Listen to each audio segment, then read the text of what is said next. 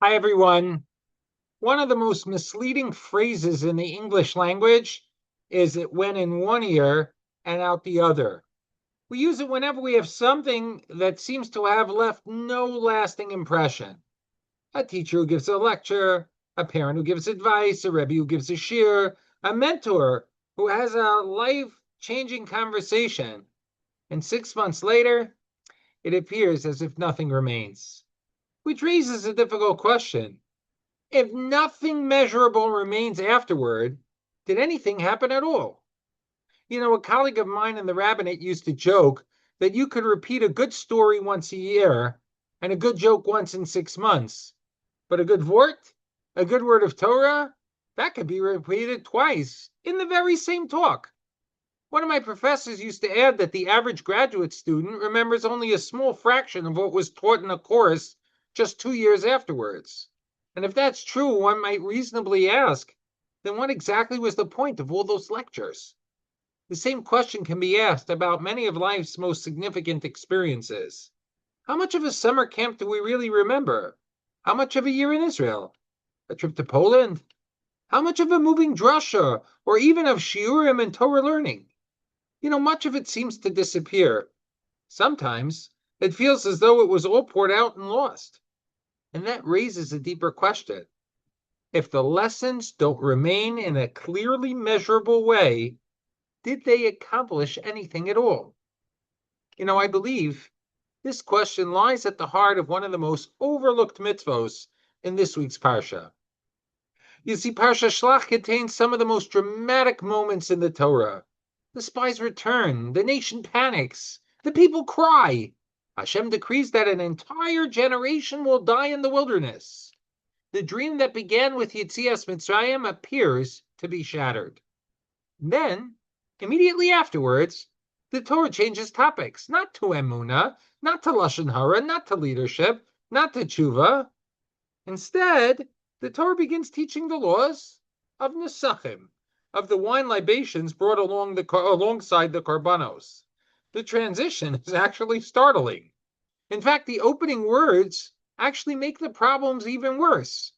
The Torah begins this section, Ki savo el eretz moshvosechem, when you come into the land of your dwelling places. When you come into the land, these people had just been informed that they would not come into the land. Think about that. Imagine hearing the goal to which you had devoted your entire life is now beyond your reach. And immediately afterward, receiving a lecture about what would happen when others achieve it. Was Hashem pouring salt onto the wound? The question becomes even stronger in the light of the teaching of the Tana Devei Eliyahu. According to Tana Devei Eliyahu, Moshe Rabbeinu asked Hashem, how can I console the people? To which Hashem responded, teach them the laws of Nesachim. That's pretty difficult to understand. How exactly does a halachic discussion about wine libations console a nation facing its own mortality? While we're asking questions, another detail stands out. You see, throughout this section, the Torah repeatedly emphasizes that the laws apply equally to the ger. Again and again, hakahol, as far as the congregation is concerned, chukah achas lachem v'lager hagar. You have one law for you and the gerim together. Now, why is the ger suddenly such a central figure in the discussion of Nesachim?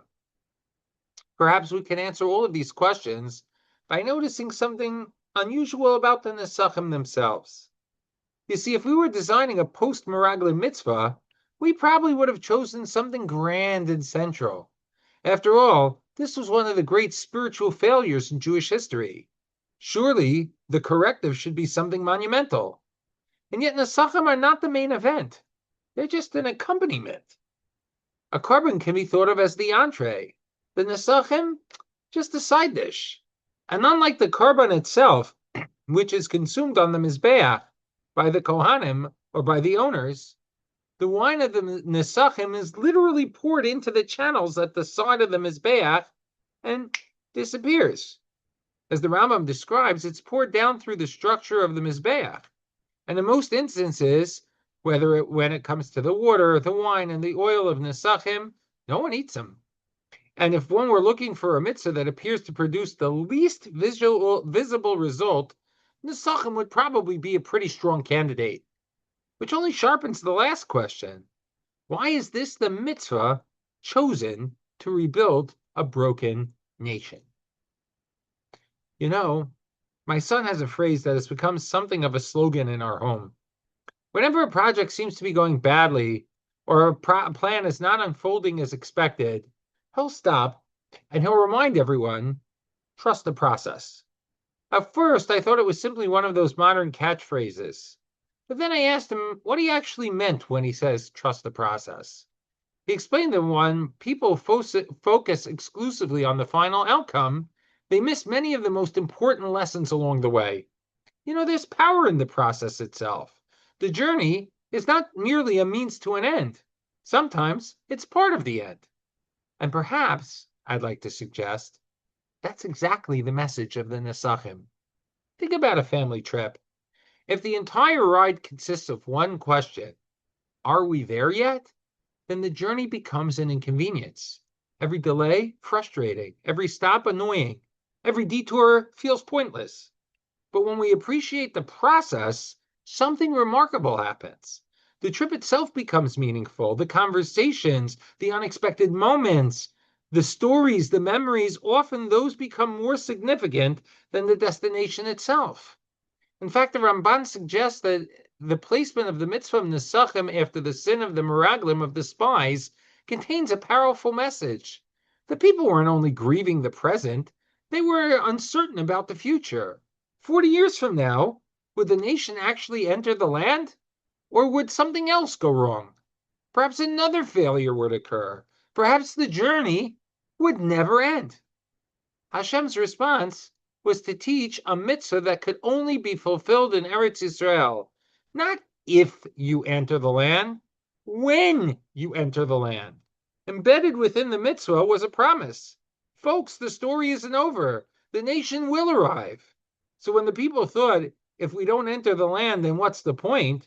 And Hashem's answer was, you're confusing completion with significance. You may not be the generation that crosses the Yarden.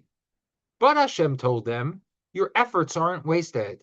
You're part of something larger.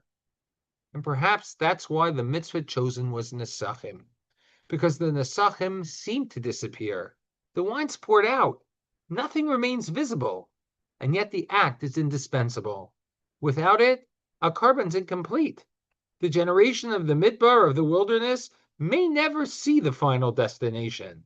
But without them, there would be no nation to enter the land of Israel. Like the wine of the Nesachim, their contribution appears to vanish.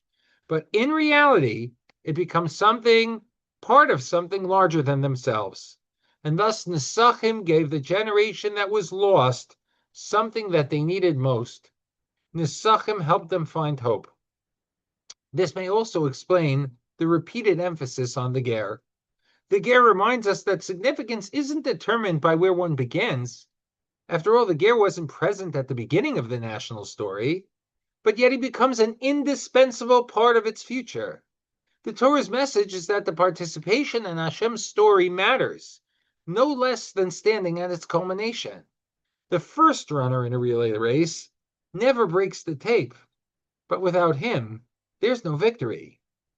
The Sforno adds that the Nesachim are not the carbon itself. They're an addition.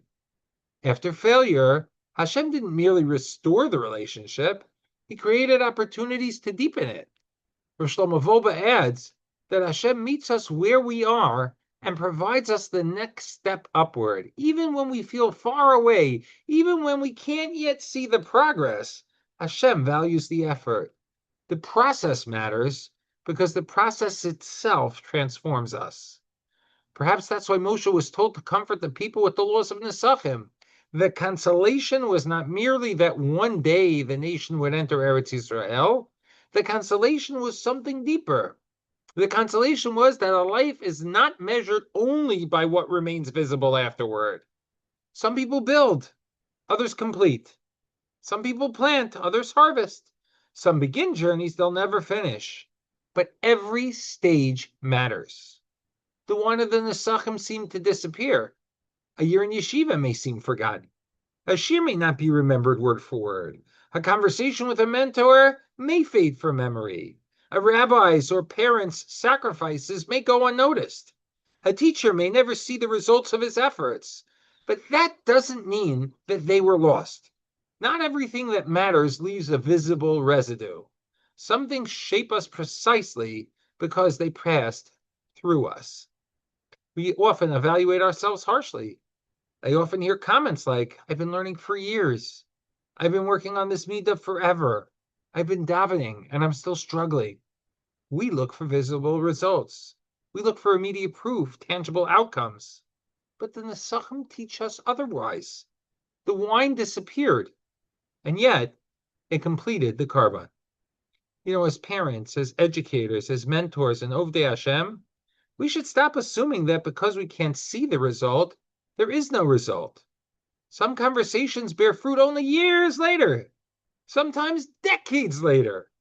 We say it went in one ear and out the other, perhaps, but sometimes it goes in one ear, disappears for 10 years, and then changes a life. The lesson of the Nesachim is that not everything holy leaves a residue. Some of the holiest things we ever do seem to disappear completely, and yet they become part of who we are. They become part of those around us. They become part of Klal Yisrael. The wine is poured out. Nothing appeared to remain. Yet without it, the carbon was incomplete.